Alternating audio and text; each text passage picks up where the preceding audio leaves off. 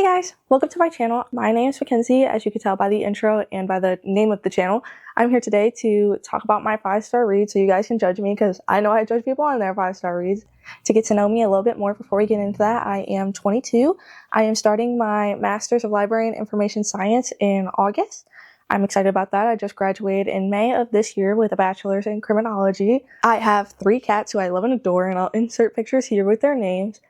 They are my whole life, and I am a mother. I am also house hunting with my boyfriend, so I'm hoping the scenery changes soon, because I am just in my living room in front of my bookshelf, and I'm hoping to have a book room when we move, but we'll cross that bridge when we get there.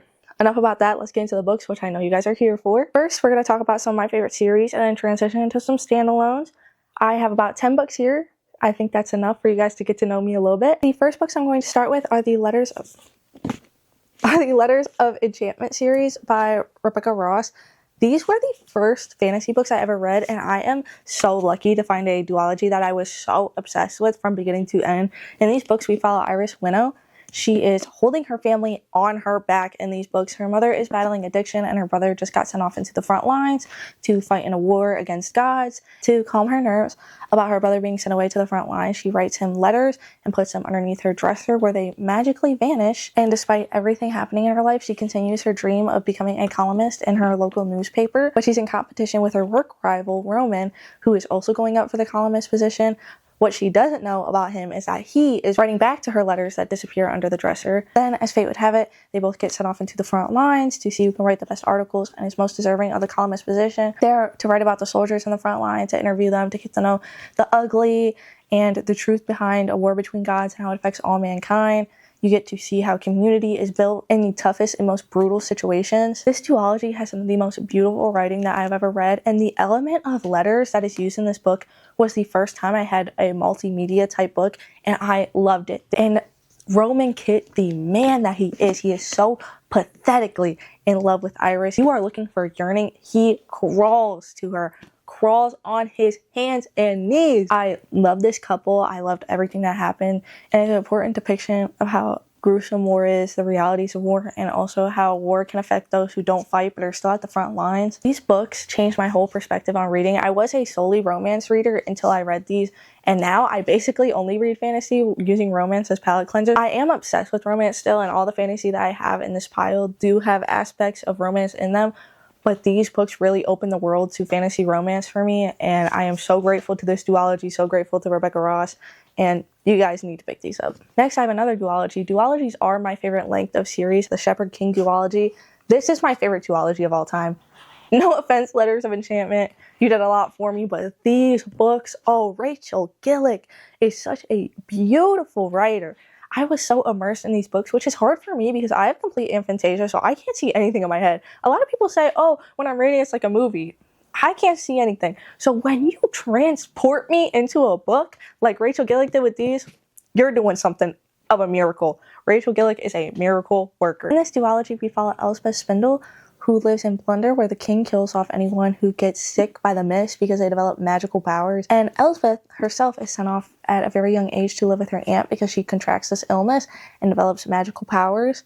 Her magical powers cause a nightmare, which is an ancient spirit, to be trapped inside of her head. This nightmare keeps her secrets, he protects her, but nothing is free when we're talking magic in this world. We start off this book where one day Elspeth is forced to go to the king's castle, and while she's there on a forest road, she meets some highwaymen who end up changing her life, and she goes on a dangerous mission to cure Blunder of the dark magic that the mist has infected into the land. Except the highwayman that she meets just so happens to be the king's nephew, who is one of the most dangerous men in the entire country, and also so happens to now be guilty of high treason. The second book in this duology is somehow better than the first. I love Elspeth and Raven. Elspeth is one of my favorite characters to ever exist within a book. Her dynamic with the nightmare is one of my favorite dynamics that I've ever read about. But Elm and Ione, you guys live so deeply in my heart. It's unexplainable. I have never liked anything a normal amount, and the same can be said for the dynamic between Elm and Ione. When I read the first book, I didn't think that the second book could be any better. I thought it was going to be how the Letters of Enchantment series went, where I loved the first book and the second book, but the first book was considerably better. But this book right here, whew, I loved the way that this ended. It broke my heart. I cried. This did everything I needed this series to do, and it was one of the most beautiful endings I have ever read to date. The magic in this world is so unique. I read this about a year ago, and I still haven't read a magic system that is as unique as this. It's based on tarot cards, and when you hold a tarot card, it gives you some type of power, but it always comes at a cost to the person wielding the magic. I also found it really intriguing that at the beginning of every chapter in the first book, there's a card that either tells you something about the story or about the cards, or just adds to this gloomy and dark and mysterious atmosphere that these books have built. I swear I almost felt the mist around me while reading these books, and I read them in the summertime. Overall, I still think about these books regularly. I think about Elspeth all the time, and I am already thinking about rereading this in the fall. Then we have my favorite series of all time. Only 3 books are out. It is going to be a 5-book series, but that is Legendborn by Tracy Deonn. In this series, we follow Bree Matthews, whose mother has just tragically passed away in an accident, and she signs up for an early college program at UNC Chapel Hill, hoping that will give her escape from all the intense feelings that she is now having to battle with her mother's death. But the very first night, she witnesses a magical attack and sees a secret society who call themselves Legendborn defeat the magical beings, and then a Merlin by the name of Selwyn, my guy, he tries to erase her memory, and when this doesn't work, they find out that Bree herself has her own magical powers. And when Selwyn tries to wipe her memories, it actually brings back a memory of her mom's accident, which proves that it really wasn't an accident how she had thought prior, and that there was a Merlin there the day of her mother's death. After this memory resurfaces, she recruits Nick, who's a self-exiled member of the Legendborn Society, who also so happens to be the son of the man who leads the Legendborn, to deep dive into the secrets of the society. But when she finds out they're on the brink of a war that could destroy the entirety of the life that she knows, she has to decide if she's going to take down the secret society who killed her mother, or if she's going to fight with them and save the world. I love this series. It is everything to me. I think about it all the time. I think about it every day. Every time I read another YA fantasy, I think about Bree. I think of everything that she's went through. I think about rereading these books. Tracy Deonn, I owe you my life. I will pay you whatever you want for the next book in the series, but I know that good writing takes time, so I'm gonna be patient. But I am begging on my hands and knees for the next book in this series. She's the strongest FMC I've ever read about, and for this to be a YA series, it completely blew me out of the water. And the magic system in these books, it's a King Arthur retelling, and there's also root magic, which is so deeply ingrained within Black culture and all the struggles that they face within America and American society. There is a love triangle in this book, but the aspect of the romance really is a subplot, and I am talking subplot, to everything else that happens in this book. There is so many layers and complexities in these books. The King Arthur retelling aspect is so interesting, so intriguing, and the root magic in this book is so cool. The culture and the richness of the community that practices root in this book is one of the most beautiful things I have ever read in my entire life, and the found family in this book is amazing. These books and the imagery and the writing and the storyline, everything is so perfect. I don't know if I'll ever read anything like these books, and Tracy Deonn is the best in the game. I'm telling you that right now. If you do not listen to anything else in this whole entire YouTube video, you have to read these books. If me talking and blabbing does not convince you, look at these covers. What are we talking about? This is the Barnes & Noble exclusive version. I had to get it. Are we joking? These books are everything to me. They are my whole life. You see how they're annotated. This is the first book I ever cried while reading. These are my Roman Empire. Now that we have talked about my favorite series of all time, we are going to get into my favorite standalones of all time, and I want to start with The 7-Year Slip by Ashley Poston. I love Ashley Poston's magical realism. The way that she writes is so beautiful. It made me immediately go and grab a bunch of her other books, which I have not read yet, but I am a mood reader. I will get to them when I get to them. I swear. Don't sue me. Don't hate me. I will get to them. I love her. And I missed the opportunity to see her at the Ohio Book Con this Saturday. I am heartbroken by it. I don't think I will ever recover. In this book, we follow Clementine West, who has lost her spark, has lost her belief in everything whimsical and magical. But she moves into her late aunt's apartment, hoping to connect with her more, and finds a strange man living there. And she always thought that when her aunt described her apartment as a pinch in time and truly magical, that she was just saying that because she was a child. But this man ends up being 7 years in the past and she is living 7 years in his future. The love story in this is so, I don't even know how to describe it. It gripped my heart just knowing that they are so far in time and all the obstacles that they will have to overcome to fall in love. It is beautifully done. I appreciate how well the aspect of grief is discussed in this book, how grief can change you and how it takes away your shine when the person who passed away was the whole reason you began to shine in the first place. This whole book is so beautifully done. It is so whimsical. The writing in this made me feel like there was magic literally swirling around me. I also really enjoyed Iwan. I had never read about a main character who was a chef before, and I found that part really intriguing, and it made me realize just how beautiful a man is when he cooks for you. This book, I think it will stand the test of time. It is so beautiful. It is one of my favorite romances I have read to date, and I do plan on reading some of her other books soon, especially because it's summer. I'm hoping that I get into more romances, and Ashley Poston is at the top of my list. The next book we have is a YA romance, which is Checkmate by Allie Hazelwood. I read Love Hypothesis, which is getting adapted into a movie soon, which I'm excited for, but I only gave it a 3 stars. I thought it was pretty cringy and kind of millennial, but I did love the characters and I did love the science aspect of it because when I was reading it, I was in a science STEM major. I did change my major once I got into reading and saw everything that libraries do for the community and people, and I am so happy about it. But I did really like the STEM aspect when I was reading it. This book, I know nothing about chess. I don't even know how to play the game. I don't even know what the pieces are called. But I was addicted to every page in this book. Chess became my life while I was reading this, and I read it in one sitting. It was so good.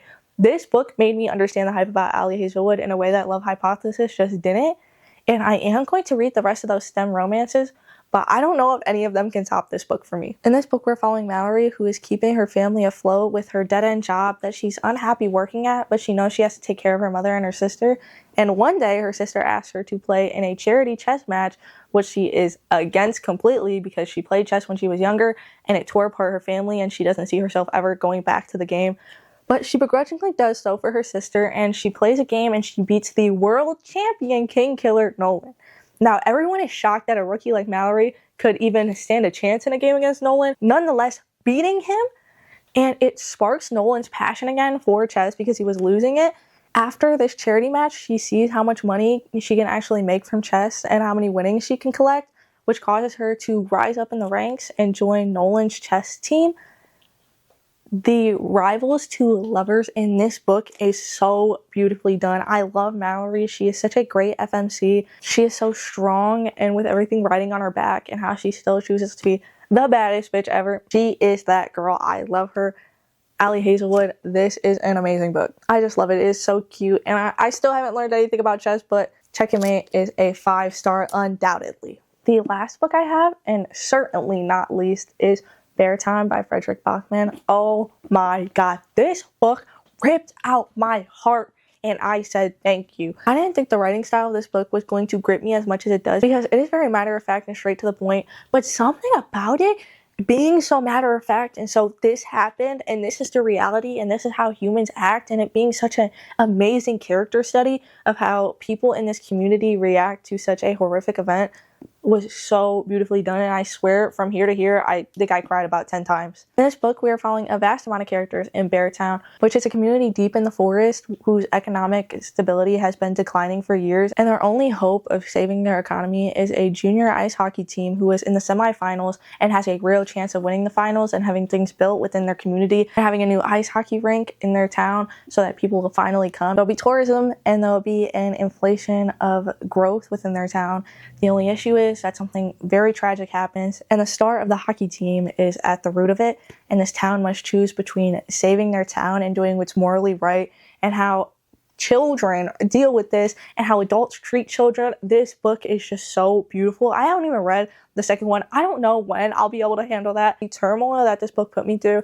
I need to read it in winter, but seasonal depression really whooped my ass and I could only read this book. I could not get into the rest of them. Every single character in this story felt like someone within my community. I felt like I was in Beartown. I am a member. I am their neighbor. I am in the society. This is my town. I could not fathom just how well Frederick Bachman wrote this with all the character point of views, I thought I was going to be lost, and he never tells you when the point of view is switching. You just know. You know these characters so in-depthly that whenever he switches, even within a paragraph, you know where you're at. You know what's going on, and you know every single person in this town so deeply.